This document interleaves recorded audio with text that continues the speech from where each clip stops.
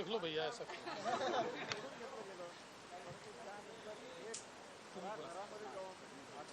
आज जे प्रकरण मी बाहेर काढलं होतं आणि कशा प्रकारे अँटिलियाच्या बाहेर जी गाडी सापडली त्याच्यामध्ये थक्क करणारे योगायोग आहेत आणि कशा प्रकारे प्रकरण दाबण्याचा प्रयत्न होतोय या सगळ्या गोष्टी मी मांडल्या होत्या। त्यावर गृहमंत्र्यांनी अतिशय थातूरमातूर उत्तर देण्याचा प्रयत्न केलाय। मी मनसुख हिरेन यांचा जबाब वाचून दाखवला। त्यात त्यांनी म्हटलंय की गाडी मी विकत घेतली आहे आणि गृहमंत्र्यांनी सांगितलं की त्याच्याकडे ती रिपेअरला आली होती आणि रिपेअरला आली असताना बिल दिलं नाही म्हणून ठेवून घेतलेली आहे। महत्त्वाचा मुद्दा हा नाहीच। महत्त्वाचा मुद्दा हा आहे की ती गाडी घेऊन मनसुख हिरेन हे निघाल्यानंतर त्यांनी आपल्या जबाबात सांगितलं माझी गाडी बंद पडली म्हणून मी तिथे ठेवली। ओलानी क्रॉफर्ड मार्केटला गेलो, तिथनं दुसऱ्या दिवशी गाडी घ्यायला गेलो तर त्यावेळेस माझी ती जी गाडी आहे ती त्या ठिकाणी नव्हती। खरं म्हणजे माझा जो प्रश्न होता की ते क्रॉफर्ड मार्केटला कोणाला भेटले, दुसरं मनसुख हिरेन आणि सचिन वाझे हे एकमेकाला ओळखत होते का, त्यांचं इतके वेळा फोनवर बोलणं आधी का झालं होतं आणि ठाण्याचे सगळे राहणारे आणि ठाण्यावरनच निघालेल्या गाड्या, चोरी गेलेली गाडी ठाण्याची, त्यानंतर ती ठेवायला निघाली ठाण्यावरनं, त्याच्यासोबतची गाडी ठाण्यावरनं निघाली आणि मनसुख हिरेन यांचा मृतदेह हा देखील मुंबऱ्याला ठाण्यामध्येच त्या ठिकाणी सापडतो। हा सगळा योगायोग नाही। अतिशय स्पष्टपणे सीडीआर उपलब्ध असताना, जबाब उपलब्ध असताना आणि सगळ्यात महत्त्वाचं prime witness, prime Mansukh Hiren हे या संपूर्ण याच्यातली सगळ्यात महत्त्वाची कडी होते आणि आम्ही मागणी केली होती की त्यांना सुरक्षा द्या, कारण ते लक्षात आलं होतं की ज्यांनी हे सगळं प्लॅन केलाय ते त्यांना एलिमिनेट करू शकतात आणि आमची शंका खरी ठरली। त्यांना एलिमिनेट केला पण यातल्या एकाही गोष्टीचं गृहमंत्री उत्तर देऊ शकले नाही। नेमकं कोणाला वाचवण्याचा प्रयत्न गृहमंत्री करतायत, आता हा प्रश्न सगळ्यात महत्त्वाचा झालेला आहे।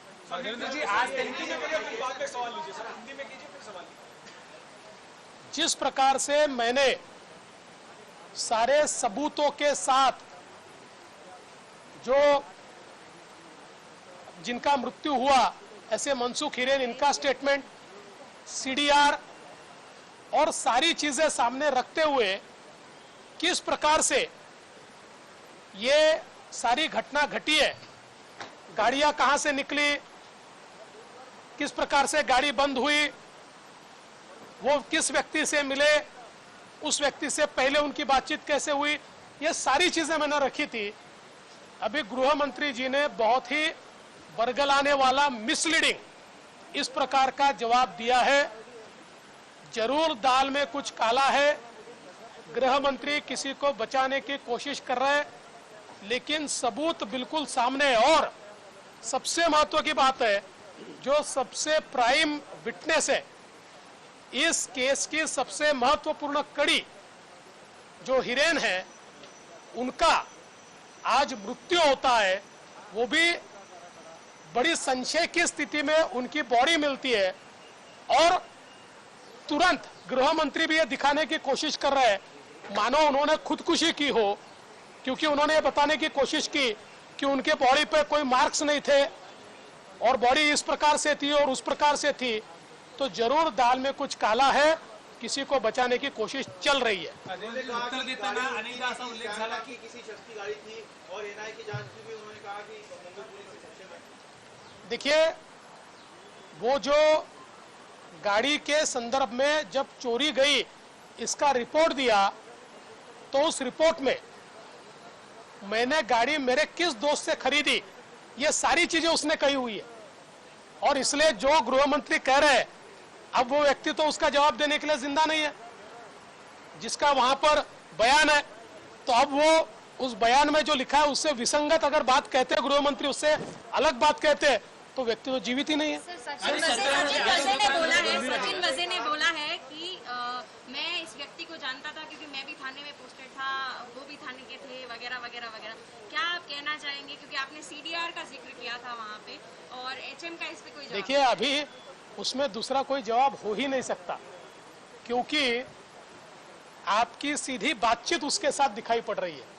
तो जब सीधी बातचीत दिखाई पड़ रही है, तब ये तो नहीं कहा जा सकता कि मैं जानता नहीं था। तो मैं वही पूछना चाहता हूँ, इतने कोइंसिडेंसेस कैसे हो रहे हैं?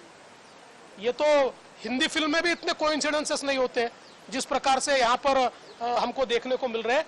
और इसीलिए शक ये बिल्कुल हमारा पुख्ता होता जा रहा है, जिस प्रकार से इस व्यक्ति की हत्या हुई। सर, सभेत ज्या पद्धतीने सरकारने उत्तर दिलं, सरकार गंभीर वाटतंय का या सगळ्या प्रकाराबद्दल? मला असं वाटतं की सरकार गंभीर नाही, सरकारला कोणाला तरी वाचवायचं आहे आणि म्हणून सरकार हे एनआयएला द्यायला तयार नाही। विसंगती प्रत्येक एनआयएला हे सरकारनेच दिलं पाहिजे असं आमचं मत आहे। एनआयएला स्वतःला ज्युरिस्डिक्शन आहे, पण साधारणपणे सरकारने ते दिलं तर ते अधिक चांगलं राहील, अन्यथा यातल्या विसंगती आम्ही देखील त्या ठिकाणी केंद्र सरकारपर्यंत पोहोचू। तुम्ही गृहमंत्र्यांना पत्र काही लिहिणार का? गृहमंत्र्यांना काही पत्र लिहिताय का?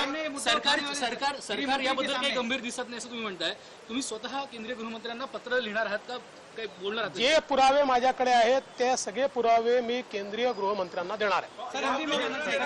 देखिए, जो मेरे पास अब इतने सबूत है जो मैंने रखे हैं, ये सारे सबूत मैं केंद्रीय गृह मंत्री जी को भी सौंपने वाला हूं। और एनआयए की मांग वारंवार उल्लेख होतोय की अर्णव प्रकरण असेल किंवा इतर प्रकरणात सचिन वजे होते म्हणून त्याचा राग कुठेतरी तुमच्याकडे आहे का, असं देखील सभागृहात आज काही? मला असं वाटतं की इतक्या खालच्या स्तराला जाऊन उत्तर देणं आणि अशा गोष्टीला पॉलिटिसाइज करणं हे गृहमंत्र्यांना शोभलं नाही।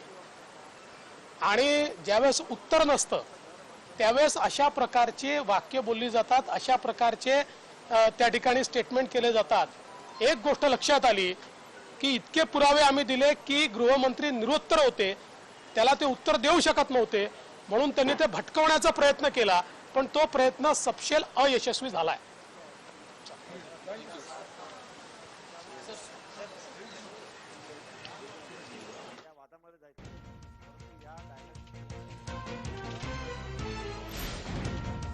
देवेंद्र फडणवीस बोलत होते। विरोधी पक्षनेते देवेंद्र फडणवीस यांचा आरोप, मनसुख हिरेन यांचे प्रकरण दाबण्याचा प्रयत्न होतोय असा आरोप देवेंद्र फडणवीस यांनी केला आहे। विधानसभेच्या आवारात पत्रकारांशी बोलताना त्यांनी आरोप केलाय। मनसुख हिरेन यांचे प्रकरण दाबण्याचा प्रयत्न, देवेंद्र फडणवीस यांचा आरोप। या अगोदर त्यांनी सदनात सुद्धा गृहमंत्र्यांच्या निवेदनावरती आपलं भाष्य केलं होतं। विरोधी पक्षनेते देवेंद्र फडणवीस यांचा हा आरोप आहे।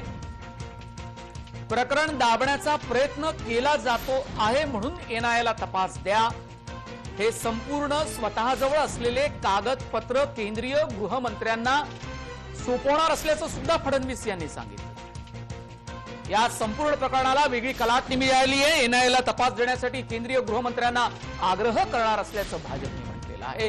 तर दुसरीकडे एनआयएला तपास देण्याची अजिबात गरज नाही असं राज्य सरकारचं म्हणणं आहे। गृहमंत्री अनिल देशमुख यांनी तसं निवेदन दिलेलं आहे आणि एनआयएला तपासाची गरज नाही असं नाना पटोले काँग्रेसचे प्रदेश अध्यक्ष यांनी सुद्धा विधान भवनात सदनात म्हटलेलं आहे। 3 प्रमुख नेत्यांनी महाविकास आघाडी सरकारमध्ये या संदर्भात भूमिका मांडली। एक अनिल देशमुख गृहमंत्री, दुसरे अनिल परब परिवहन मंत्री शिवसेनेचे नेते आणि तिसरे काँग्रेसचे प्रदेशाध्यक्ष नाना पटोले, या तिघांनी मिळून भाजपला उत्तर देण्याचा प्रयत्न केला। एनआयएला तपास देण्याची अजिबात गरज नसल्याचं महाविकास आघाडी सरकारचं म्हणणं आहे। यासाठी भीमा कोरेगाव प्रकरणाचा आणि सुशांत सिंग प्रकरणाचा उल्लेख सुद्धा नाना पटोले यांनी केला आहे।